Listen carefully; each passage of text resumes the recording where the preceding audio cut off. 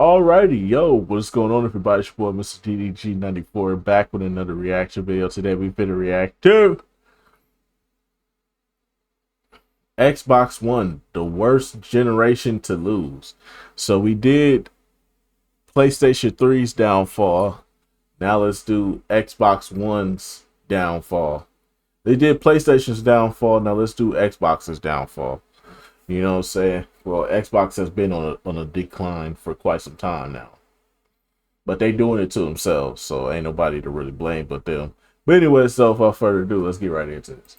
When we talk about the least successful video game consoles of all time, the Xbox One is not really in that conversation, selling a respectable 58 million units. But as the years have gone on since that console's life cycle, it's clear some of the events that took place have left a lasting scar on the Xbox brand as a whole. In 2023, head of Xbox Phil Spencer said the Xbox One generation was the worst console generation to lose. In today's video, I want to take a look back at the Xbox One to figure out what exactly happened and what would lead to such a brutally honest quote from Phil Spencer. Microsoft was feeling pretty good after the Xbox 360 generation, and they had every right to. With just their second ever Xbox console on the market, they were able to go toe-to-toe with industry juggernaut PlayStation. And for most of the generation, they were even able to outperform them. Not only did the Xbox 360 sell extremely well, it is also one of the most beloved and fondly remembered consoles of all time. With its iconic lineup of games and innovative focus on multiplayer gaming and social features, the 360 helped truly establish Xbox as one of the big three, right alongside PlayStation and Nintendo. As they geared up for the reveal of their next console, all they really had to do was build off of that momentum. Rumors first started swirling about this new console around May 2011, commonly being referred to as the Xbox 720 at that time. For the most part, the rumors are what you would expect to see from any new console that we don't know much about. There were the tame, run-of-the-mill rumors about how much more powerful the console would be than its predecessor. Then there were, of course, the absurdities you would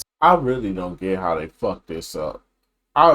Like, all you had to do was just say it's more powerful.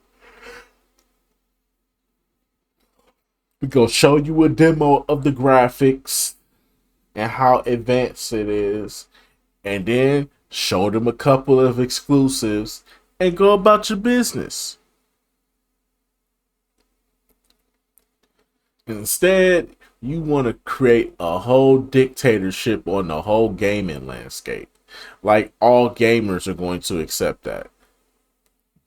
Your Xbox has to be online 24/7 in order for you to in order for it to function. You can't buy used games. Can't do none of that. It's like, why? The purpose of this console is for me to play games on it. Then, not to mention, you basically was turning the Xbox into a goddamn cable box. How do you fuck up that badly? I will never understand. I would never understand how they fucked up so fucking badly. But let's continue. They had it right there, bro. All they had to do was just say, we took our time. We made sure that the console is not going to get no red ring of death or nothing like that. This console is good to go. Just enjoy it. It's just a updated. It's just a more powerful Xbox 360. That's all you had to do, and people would have bought it. But nah, let's do dumb shit see thrown out there, such as one rumor that claimed the console would have a screen on the controller similar to Nintendo's Wii U. While these promises of more power alongside some wildly made-up rumors were to be expected, there were some other rumors floating out there that were much more concerning. Talk of Xbox 720 not supporting used games or requiring the use of the controversial Kinect accessory were heard frequently. Additionally, there was a common rumor stating that the console would be always on, or in other words, would require a constant internet connection to function, even when using features that would typically require no internet at all. Now, if there's one thing gamers hate, it's an always online requirement, and I can't blame them for that one bit. Around this time of 2012 and 2013, we saw a few different games try this, and it usually ended up pretty horrifically. The well-documented launch problems that plagued always online games in this era, like Diablo 3 or SimCity 2013, had left gamers scarred. And so the thought of having an entire console built around this was utterly terrifying. Amidst the panic of these always online rumors, we reached the first major misstep of this Xbox generation. Xbox hadn't commented on any of these rumors until one day, a man by the name of Adam Orth, who at the time was creative director at Microsoft Game Studios, decided to send out a tweet. In his now infamous tweet, he stated, "Sorry, I don't get the drama around having an always-on console. Every device now is always on. That's the world we live in. Hashtag deal with it." Yeah, this asshole right here, he was a piece of shit. And that's why they gave his ass the boot. They say that he stepped down. No, they gave his ass the boot. They said, "No, sir, collect your things. You'll get your severance check in the mail. we don't associate with you no more. You can't talk to the customers like that. We're trying to sell a console here, and you out here doing this shit. As you can imagine, this tweet sent gamers into an absolute frenzy. Not only did Orth seemingly confirm the feared always online requirement, but his snarky and dismissive tone was especially infuriating. As fans tried to voice their concerns to Orth, he chose to double down. What would happen if my internet went out? Well, the electricity can go out too. What if I live in an area without good internet accessibility? Well, you shouldn't live there. Orth tried to defend these comments by saying he was talking to a friend, and these statements were meant as a joke towards him, not as an insult to others. But with prior tweets coming a few hours earlier using the same talking points which were not directed at that individual, this excuse becomes harder to believe. And even if you remove the privileged statements he made, Orth had still led many players to believe in the always-on rumors and caused a major PR nightmare for Xbox. Orth quickly left Microsoft a few days later, claiming it was his decision, but the damage was already done. With Xbox still 1 month away from officially revealing its new console, it was already shrouded in controversies. As the days moved closer to this reveal event, there wasn't the level of excitement or anticipation you would expect from a new console showcase. Rather, there was an anxious hesitation as fans worried about what Microsoft would confirm to be true from these rumors. With all of the negative press and concerning rumors stacking up against them, it was time for Xbox to speak for themselves and get across their message to gamers on what they could expect from the next Xbox console. On May 21st, 2013, Microsoft hosted the reveal event, and what would ensue over the next hour and coming weeks would end up defining the entire console generation. The event was a disaster in every sense of the word, considered one of the worst console reveals in gaming history. They start by showing off the console itself and revealing the official name, Xbox One. I've always hated the name of this console, granted I'm a bit biased, as I hate anything that titles itself with the number 1 after an original has already been released. I think it's confusing and just annoying when speaking out loud. And I mean seriously, try to have a conversation with someone who doesn't know video games about the original Xbox and the Xbox. Yeah, I hated the Xbox One because it took away from the original Xbox. Like, we got to call it the OG Xbox. We can't even call it the Xbox One or the Xbox 360. What was wrong with just calling it the 720? What was wrong with just calling it the 720?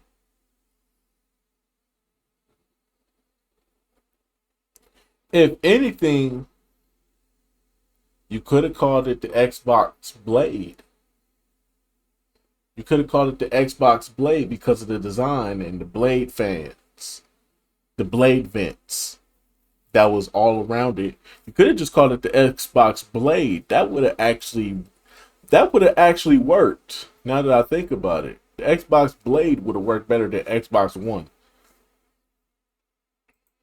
One and tell me they won't get confused. Regardless of how I feel about the One naming structure, the Xbox One was given that name for a very understandable reason. Xbox's goal with the Xbox One was to make it an all-in-one entertainment platform, home to not just video games, but also your TV, movies, music, and applications as well. This isn't that bad of a concept in theory. Most of the console manufacturers were pushing for similar things or had pushed for similar things in the past. Sony's PlayStation 2 and 3 were famous for their support of DVDs and Blu-rays, making them a go-to entertainment device for many. Even Nintendo was pushing for this around this time with their short-lived Nintendo TV initiative of the Wii U generation.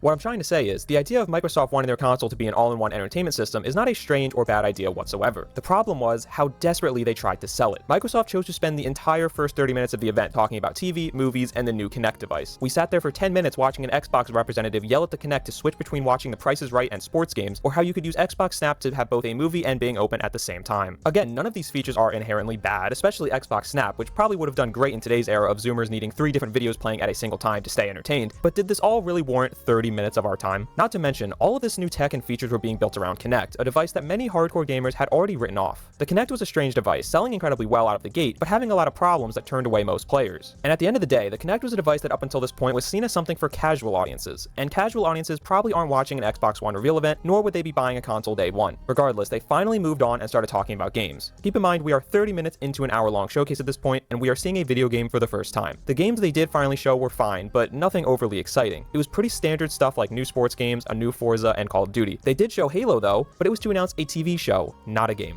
I'm not trying to discredit the games they showed, but it just wasn't enough to make up for the 30 minutes of TV and movie talk that came before it. The worst part was, this event left people with more questions than answers about some of the rumors regarding always-on connectivity or support of used games. As the press asked these questions, many of Xbox's responses seemed snarky and dismissive, almost like they were annoyed that people wanted these questions answered. One particularly infamous moment came when Jeff Keighley interviewed then Xbox CEO Don Mattrick and asked him what a player should should do if they don't have good internet access. Matrix's response was to buy an Xbox 360. You can actually hear Jeff fail to hold in his laugh as the CEO of a company unveiling a new product just told consumers to buy the old one instead. Reporters were also able to get them to confirm used games would indeed be restricted by Xbox One. Games would get tied to a user's ID and would then be unable to be sold in the normal ways we're used to. Xbox never got into specifics of how exactly this would work though, claiming they would partner with retailers and/or publishers, allowing them to charge a fee for games being played on a second ID. It was all incredibly confusing and frustrating, and Xbox's initial attitude towards this whole thing, as if players were wrong to feel this way, was certainly not helping. The Xbox One reveal had been a total disaster, and we'll talk later about just how harmful this really was, but for now, Xbox needs to keep the ball rolling as they prepared for another major event with E3 2013. I rewatched Xbox's E3 2013 press conference for this video, and honestly, I expected way worse. The conference itself actually wasn't bad whatsoever, ditching all the talk of TV and voice commands for the Kinect. Most of this conference was spent talking about actual video games, and the games shown were pretty exciting, including some big new exclusive game announcements like Rise Son of Rome, Sunset Overdrive, and Dead Rising 3. Add into that some other major multi-platform games that made an appearance like Metal Gear Solid 5 and The Witcher 3, and this was genuinely a really strong showing from Xbox. Towards the end of the conference, they had the big moment of announcing the price of the console. It was announced that the Xbox One would retail for $499. Keep in mind, this price point was for the console itself, as well as the Kinect accessory which would be bundled with every console, whether you wanted it or not. It had been a few weeks since the controversial Xbox One reveal event, and while those issues still loomed large, Xbox fans were understandably feeling a bit better immediately following this E3 showcase. That is, until it was time for Xbox's competitor to hold their press conference. Xbox fans, I'm sorry to do this to you, but we need to talk about PlayStation's E3 2013 press conference as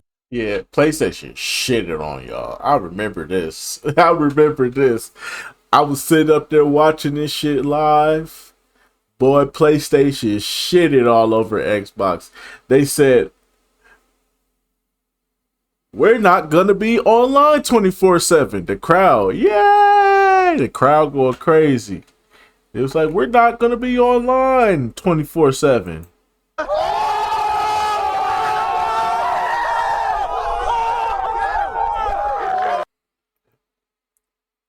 You can play used games.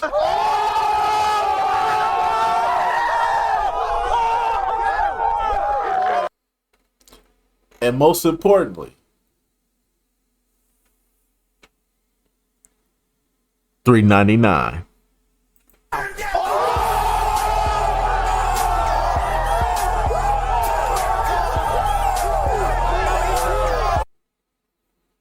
Shitted on y'all.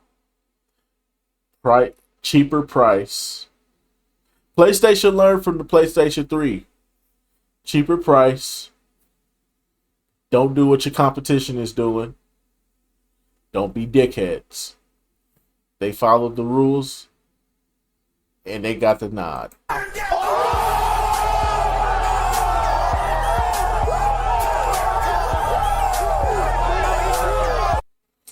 It was over for Xbox after that.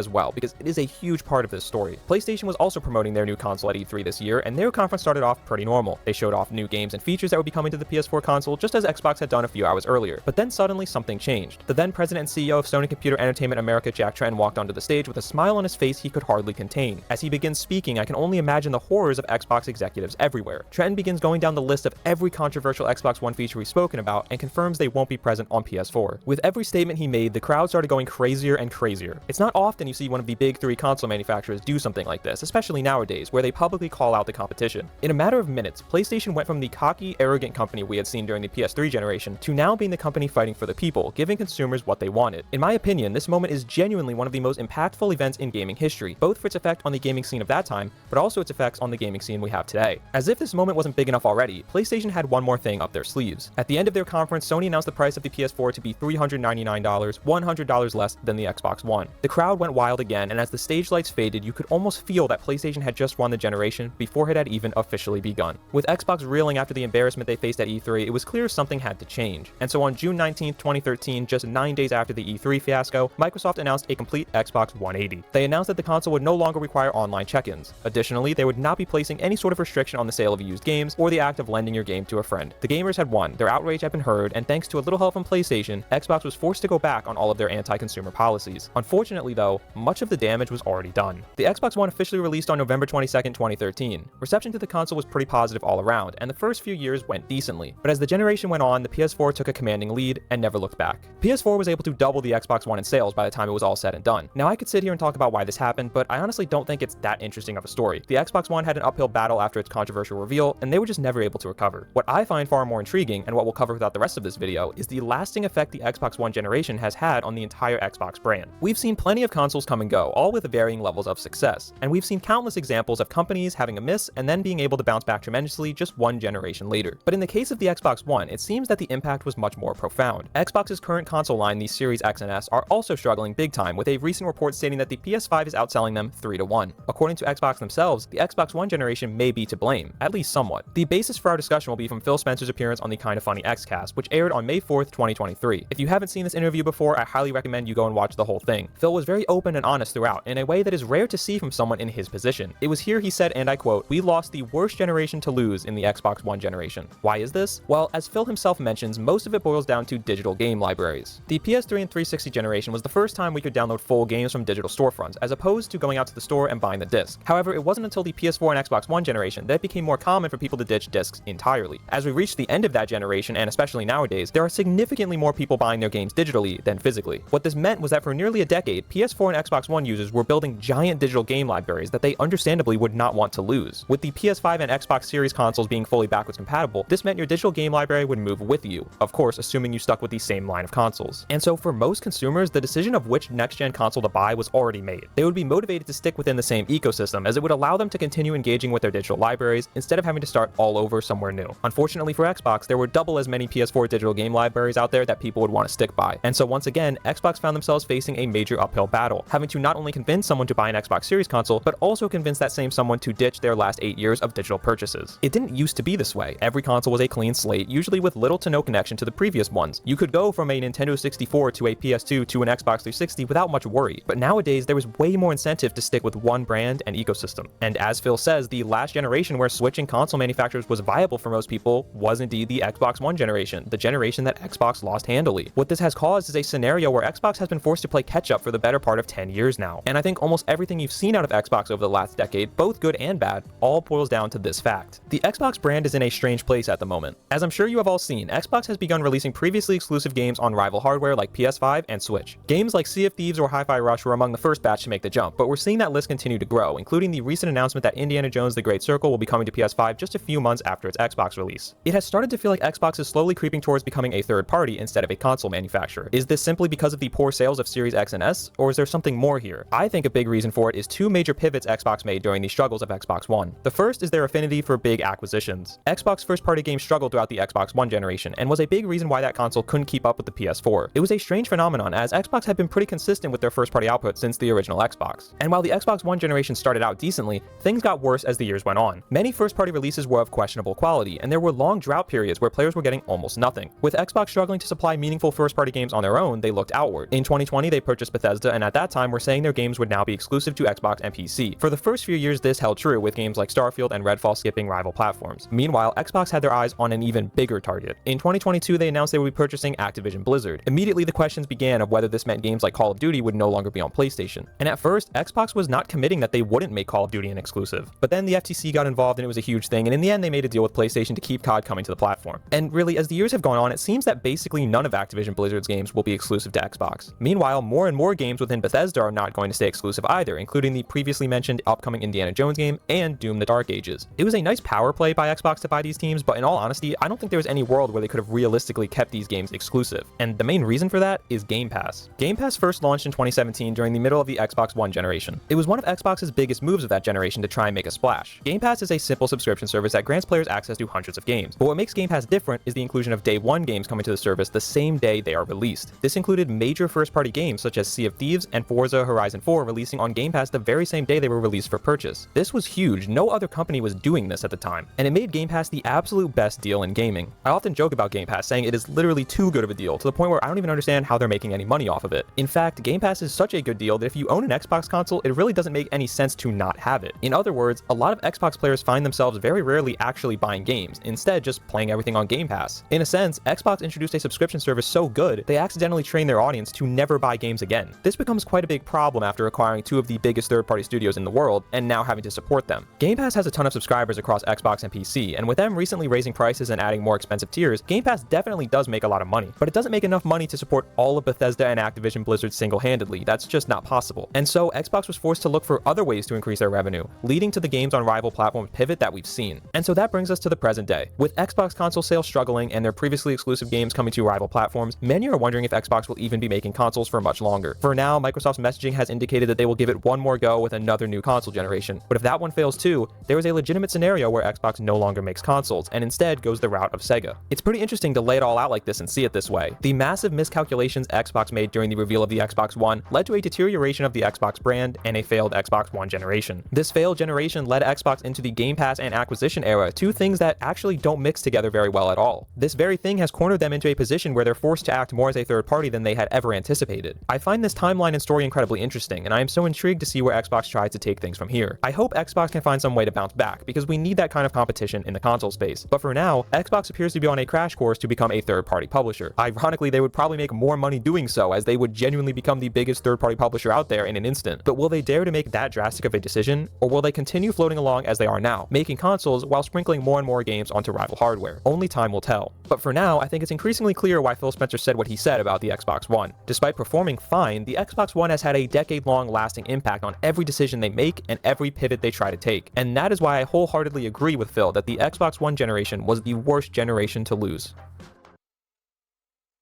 I'm gonna say this. For Microsoft's next console, just make it a PC. Just make it a super PC. Hear me out.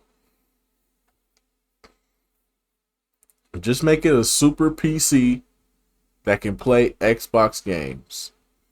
Put a couple of exclusives on there. You might be able to save it.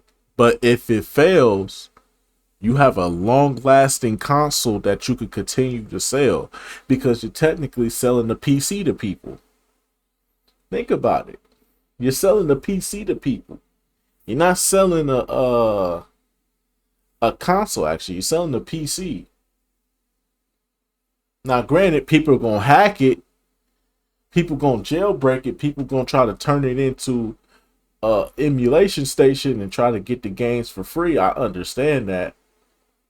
But I think that's the best way to go about it, because you just make money off of it for generation after generation. So when PlayStation 6 or PlayStation 7 and the next Nintendo console come out, you don't have to make another console. You don't have to make another console because you made the ultimate console. So you can adapt with damn near every single console. You could adapt with damn near every single generation going forward. So you could probably make a super PC that could probably last about, who knows, like 4 generations after. A console that could last 4 generations after, and you don't have to make another one. I think that's the best way to go about it. Just make a super PC and call it the next, and call it the new Xbox. Because I don't see them making the comeback against Sony. The only way they can make a comeback against Sony is if they put out IPs. Exclusive IPs, but they can't do it. They can't do what Sony and Nintendo is doing. So I think this is gonna be their last go around. If this is your last go around, make something that's gonna last. So when the next generation of consoles come in, you still in there. Developers can still make video games for your console because it's a super PC, so it can adapt. So as long as, I feel like that's the best way to go about it.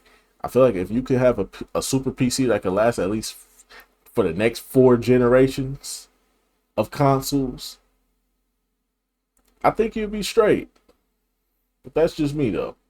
But anyway, so that's just gonna about do it for this one, man. Xbox definitely fucked up with the Xbox One, but I this goes back to what I was saying in the last video. I just hate how, as a gaming community, we stood up when Xbox was doing wrong. When Xbox did that bullshit, as a gaming community, we didn't take that shit.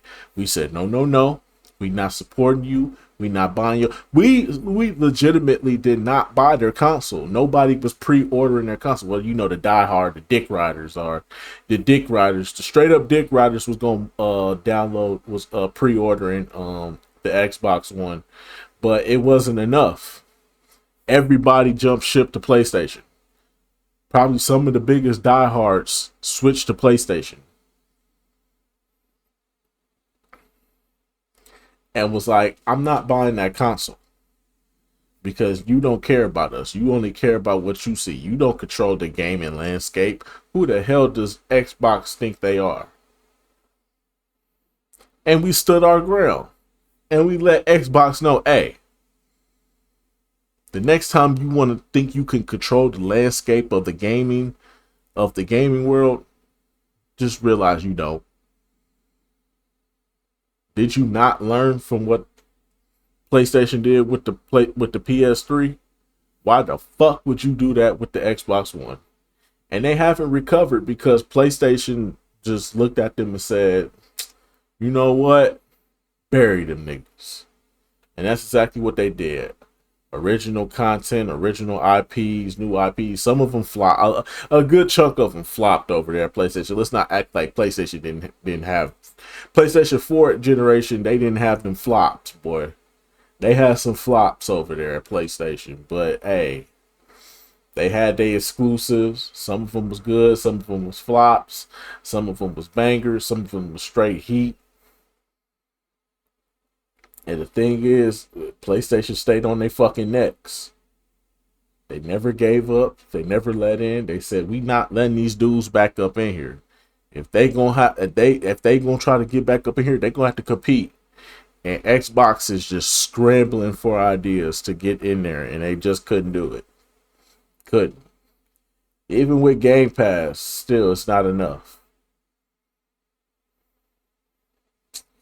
But it is what it is, though. Me personally, I don't really care about the console wars, but Xbox definitely fucked up with the Xbox One. That was a terrible decision.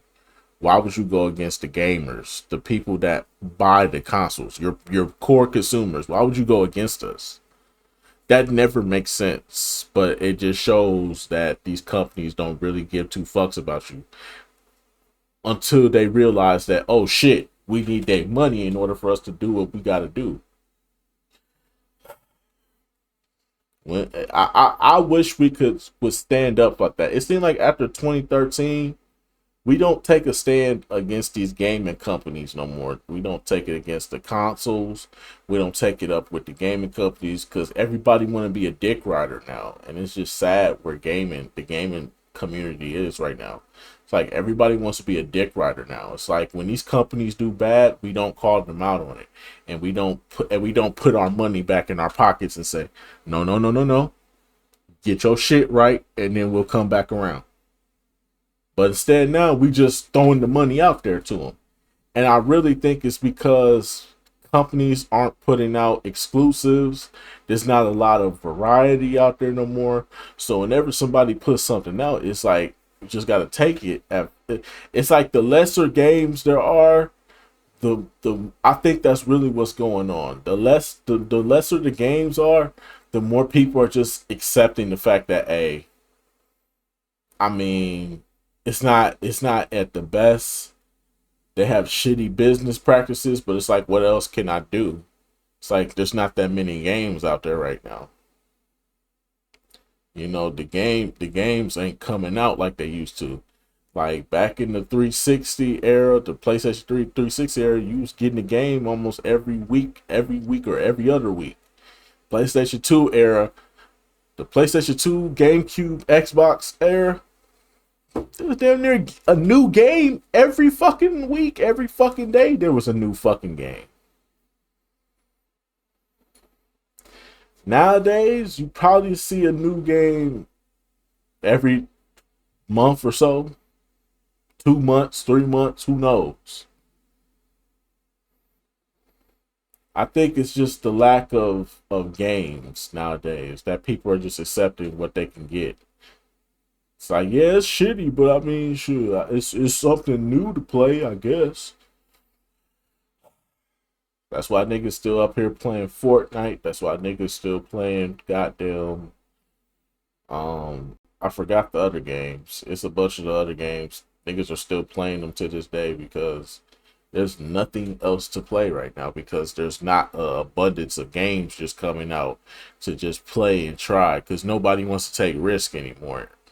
Everybody want to play it safe. Everybody want to get them. Everybody focus on the money. Nobody's focused on taking the risk and just putting games out there. Just be putting games out there. It's sad where we at right now with video games. But who knows? Maybe somewhere down the line we can get back to that point of the PlayStation 2 era where everybody's just dropping games every week, every day. Hopefully we can get back to that point. But I digress. But anyway, so that's just gonna about do it for this one, man. I will see you all in the next video. Till then, peace out.